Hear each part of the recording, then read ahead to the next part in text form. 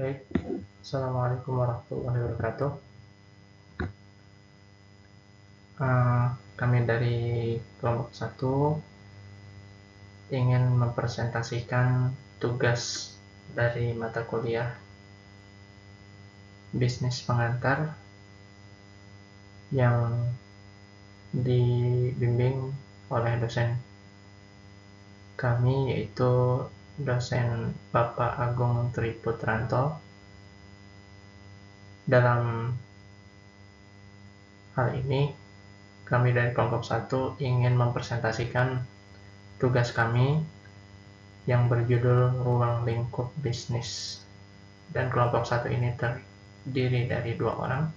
Yang pertama saya sendiri, Zainul Takin, dan yang kedua adalah Jani Abdi. Baik, mari kita mulai. Yang pertama adalah apa yang akan kita bahas di pertemuan kali ini, di pembahasan ini. Yang pertama adalah pengertian bisnis dan jenisnya, dan yang kedua adalah tujuan kebijakan bisnis.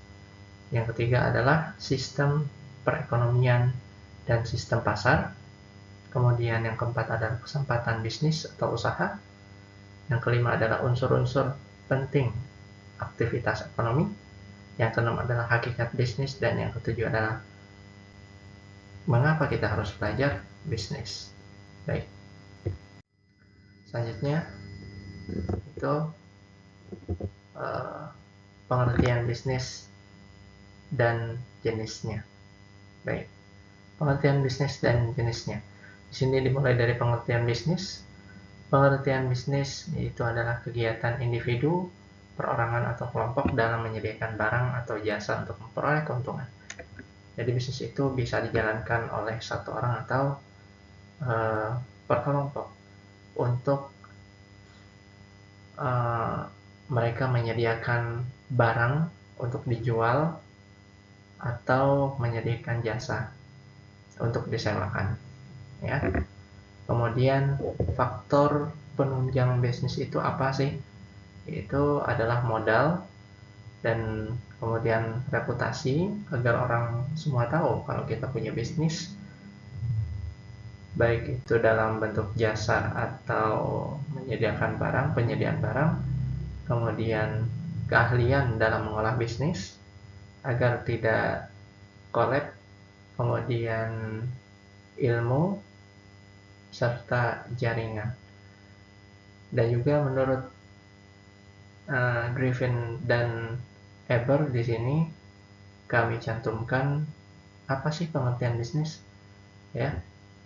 Menurut Griffin dan Eber adalah organisasi yang menyediakan barang atau jasa untuk memperoleh laba atau keuntungannya.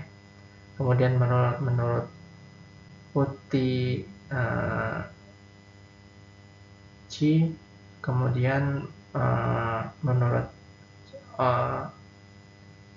pakar bisnis yang satu ini adalah sistem yang memproduksi barang dan jasa untuk memenuhi kebutuhan masyarakat. Itu kembali lagi ke pengertian yang pertama, ya, yaitu bisnis itu adalah antara menyediakan barang untuk dijual, ya, atau menyediakan jasa untuk disewakan. Kemudian selanjutnya adalah kegiatan dalam bisnis. Apa saja sih kegiatan dalam bisnis? Ya, kegiatan bisnis itu adalah ada produksi seperti yang di pabrik-pabrik gitu ya. Kemudian ada bagian keuangan, administrasi mungkin ya. Kemudian yang ketiga ada pemasaran, yaitu bagaimana jasa atau barang yang disediakan untuk dijual belikan itu bisa diterima oleh para customer, ya, itu dengan cara dipasarkan, ya. Kemudian yang keempat adalah pengelola SDM.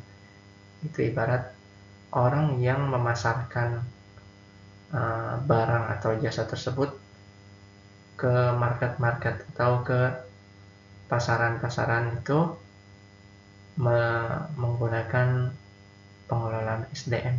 Jadi jika SDM-nya itu tidak mampu atau kurang bagus, maka pemasaran pun juga akan berdampak buruk, ya. Kalau pemasaran berdampak buruk, maka di situ juga, ya, keuangan akan berdampak di dalam satu bisnis itu. Kemudian lingkungan bisnis di sini ada internal contohnya seperti pemerintah, pesaing, konsumen, asosiasi dagang, supplier, dan serikat pekerja. Dan ada juga eksternal itu seperti internasional, ekonomi, sosial, budaya, politik. Kemudian di sini ada aspek dalam bisnis. Apa saja sih aspek dalam bisnis itu? Ya, ada yang pertama mendapatkan laba, jelas itu ya, orang tujuan berbisnis itu pasti mendapatkan laba. Kemudian yang kedua menghasilkan barang dan jasa. Aspek dalam bisnis itu ya menghasilkan barang atau jasa, ya. Tadi kalau barang untuk dijual, ya, dan jasa untuk disewakan. Kemudian yang ketiga adalah kegiatan usaha. Harus ada kegiatannya bisnis itu. Kalau ada bisnis tapi tidak ada kegiatan, itu tidak dibenarkan karena tidak akan berjalan. Kemudian yang keempat adalah memenuhi kebutuhan masyarakat. Jika ada satu bisnis tapi tidak cocok dengan market, atau dalam arti tidak cocok dengan kebutuhan masyarakat, maka kemungkinan besar bisnis itu tidak akan berjalan, ya. Kemudian ada jenis bisnis. Yang pertama adalah monopsoni. Apa itu monopsoni? Monopsoni adalah keadaan di mana satu pelaku usaha menguasai penerimaan pasokan, ya, atau menjadi pembeli tunggal. Di sini contohnya adalah seperti KAI, ya. Seperti KAI. Di sini perusahaan kereta api di Indonesia hanya ada satu, yaitu KAI. Oleh karena itu semua hasil produksi hanya akan dibeli oleh KAI. Kemudian yang kedua adalah oligopoli, yaitu oligopoli adalah pasar di mana penawaran satu jenis barang dikuasai oleh beberapa perusahaan, ya. Contoh seperti industri, semen, mobil, dan lain-lain. Itu kan perusahaan banyak, ya. Contoh saja satu, yaitu perusahaan mobil. Kan banyak, itu ada Suzuki, Honda, ya, Toyota, ya, banyak perusahaannya. Kemudian yang ketiga adalah oligopsoni, ya. Oligopsoni itu di sini adalah keadaan di mana dua atau lebih pelaku usaha menguasai penerimaan pasokan atau menjadi pembeli tunggal. Nah, menjadi pembeli tunggal atas barang atau jasa dalam suatu pasar komoditas, ya. Yang keempat adalah pasar monopoli, ya. Apa itu pasar monopoli? Pasar monopoli adalah suatu bentuk pasar di mana hanya terdapat satu penjual yang menguasai pasar, ya. Kemudian setelah itu ada tujuan kebijakan bisnis, ya. Tujuan kebijakan bisnis di sini adalah kebijakan. Yang pertama adalah kebijakan, itu prinsip untuk mengarahkan tindakan organisasi, ya. Kemudian ada tujuan untuk bisnis secara umum, adalah memenuhi kebutuhan konsumen, ya jelas itu. Kalau ada bisnis tidak memenuhi kebutuhan konsumen, maka akan bangkrut atau failing. Kenapa? Karena tidak ada market, tidak ada wadah untuk menampung bisnis tersebut, ya. Kemudian yang kedua adalah mendapatkan keuntungan, jelas itu, ya. Dalam bisnis tujuannya adalah mendapatkan keuntungan. Tujuan jangka panjang di sini, ya. Contoh, di sini disebutkan bahwa tujuan jangka panjang, ya, yang pertama adalah market standing. Market standing itu penguasaan pasar yang akan menjadi jaminan bagi perusahaan untuk memperoleh pendapatan penjualan dan profit, ya, dalam jangka panjang. Kemudian yang kedua adalah innovation, itu inovasi dalam produk, barang atau jasa, ya. Keahlian, ya. Tujuan bisnis yang ingin dicapai melalui inovasi itu untuk menciptakan nilai tambah pada produksi, ya. Misal kalau kita analogikan seperti shampoo 2 in 1, ya. Itu. Kemudian di sini ada yang ketiga adalah physical dan financial resource, ya. Itu adalah contohnya adalah perusahaan yang memiliki tujuan penguasaan terhadap sumber daya fisik dan keuangan untuk mengembangkan perusahaan menjadi semakin besar, ya. Kemudian ada yang keempat di sini, manager performance.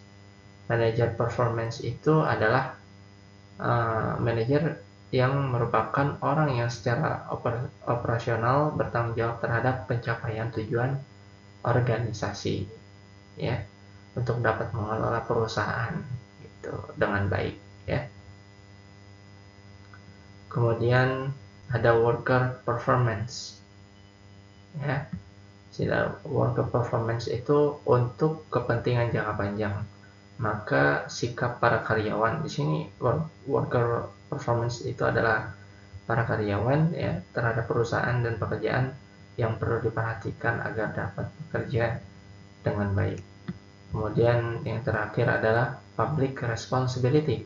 Jadi bisnis harus memiliki tanggung jawab sosial seperti memajukan kesejahteraan masyarakat, mencegah terjadinya polusi, dan menciptakan lapangan pekerjaan, gitu, ya.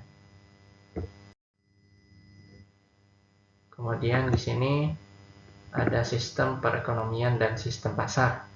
Sistem ekonomi yaitu di sini disebutkan sebagai berikut. Yang pertama adalah ekonomi tradisional, yang kedua adalah pasar atau liberal, yang ketiga adalah komando, terpusat, ya. Kemudian yang keempat adalah campuran, ya. Kemudian ciri ekonomi pasar. Apa sih ciri ekonomi pasar? Ciri ekonomi pasar itu, ya, adalah berdasarkan kapitalisme dan liberalisme, ya. Kemudian yang kedua adalah produsen dan konsumen bebas bertransaksi, ya. Baik, mungkin saya akan estafetkan, saya akan memberikan the next-nya yaitu kepada rekan saya yang kedua, yaitu Janiardi. Silahkan.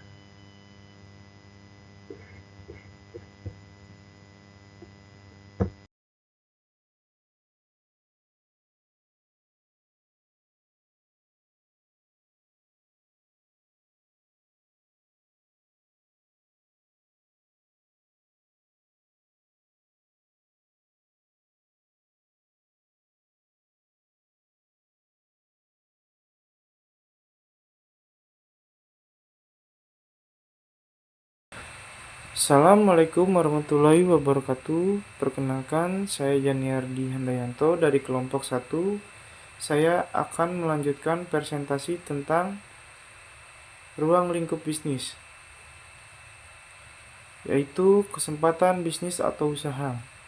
Langkah awal dalam berbisnis, kenali diri, contohnya minat.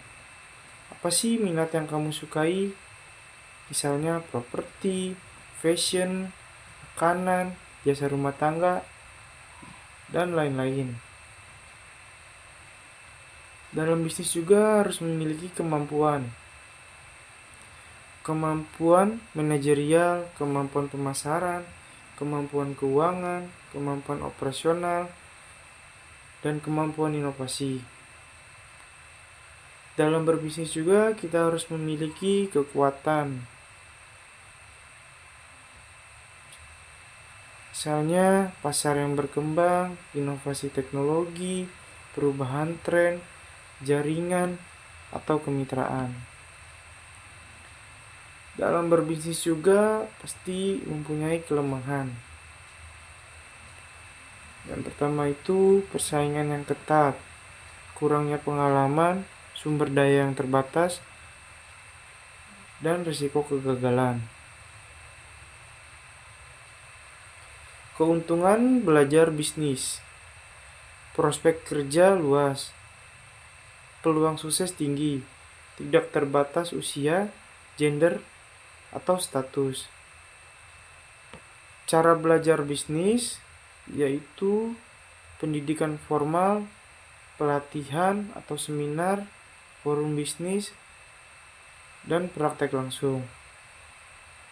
Ini contoh peluang bisnis, yaitu makanan, baju, properti, dan jasa rumah tangga.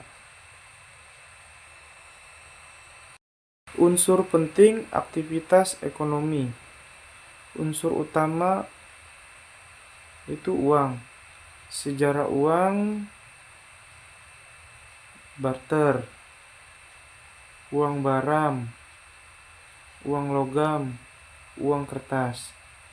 Hakikat bisnis yaitu businessman, tindakan, motivasi tinggi, siap resiko. Secara sukses, pemikiran positif, sikap dan pelaku mendukung, watak dan sifat yang maju.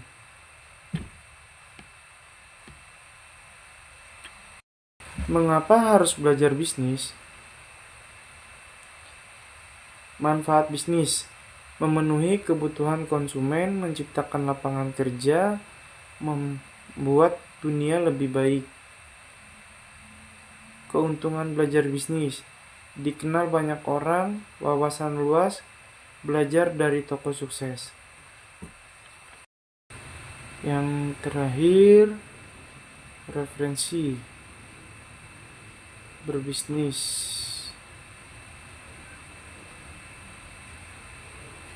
Sekian presentasi dari kelompok 1.